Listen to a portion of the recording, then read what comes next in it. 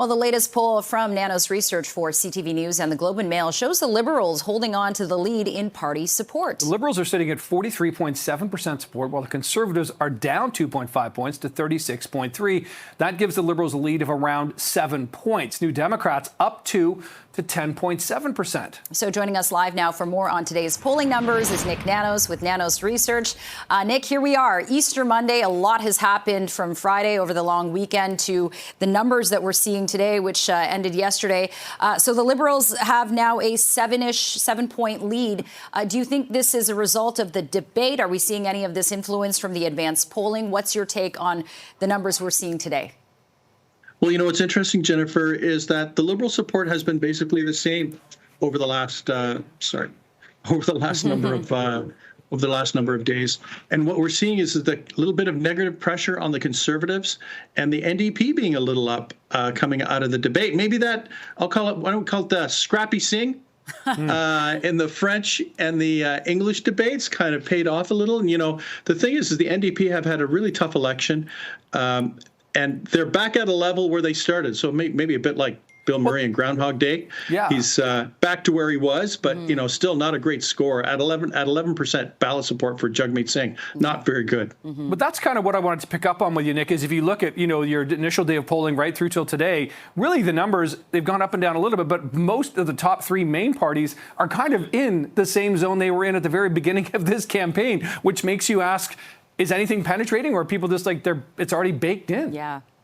Yeah, I think at least considering where we were at the beginning of the campaign and where we were like 4 months ago, it's like a complete, topsy-turvy type of race. But I think since the election was called, it's like Mark Carney and the Liberals have been in the driver's seat. The Conservatives, you know, this goes back to what we talked about before, even at 36%, you know, they won two minority governments at 36%, right? So, but it's still, this 36 is not enough because the NDP are down and the Bloc are down. You know, the Green Party's only, at around 3% nationally. So, you know, you think of all those other parties that are down compared to 2021, it just speaks to the difficult situation it is for the Conservatives. So it's not enough to get what they did before to win. They've got to do much better. And right now, at least, Mark Carney and the Liberals still have the advantage. Yeah, absolutely. And, you know, with a week to go before Election Day, Mark Carney still has a 10-point lead when it comes to who people polled want to see as preferred prime minister.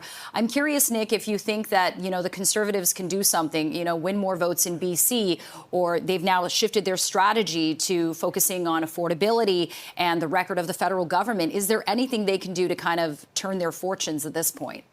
Yeah, I think the lowest hanging fruit for the Conservatives would be to focus on, and then let's face it, the Liberals are at around 44% nationally. You know, before Justin Trudeau stepped down, they're at 20. So there's a lot of people there that weren't going to vote Liberal just a number of months ago. I think for the Conservatives, probably their biggest opportunity would be to focus on male Liberal voters, because, you know, the thing is that the Conservatives do better among male voters than women voters, and what they need is Liberals, some men who are voting Liberal to decide to convert or to decide to switch over to vote Conservative, right? So, you know, I think if we're thinking about niche targeting, that's basically what it comes down to. And, you know, if the Conservatives can get some men to decide that they're not going to support the Liberals and they're going to vote for the Conservatives, that would be a game changer. So, you know, that's basically the best opportunity for them in the closing days of the campaign. Because let's face it, Mark Carney got through the two debates, and he's probably just going to try to low bridge and cruise to not make a mistake or try not to make a mistake in the closing days of the campaign. Yeah, okay, we'll watch your numbers carefully every single day. Nik Nanos from Nanos Research, always appreciate the time. Thank you. Thanks, Nick. Bye-bye.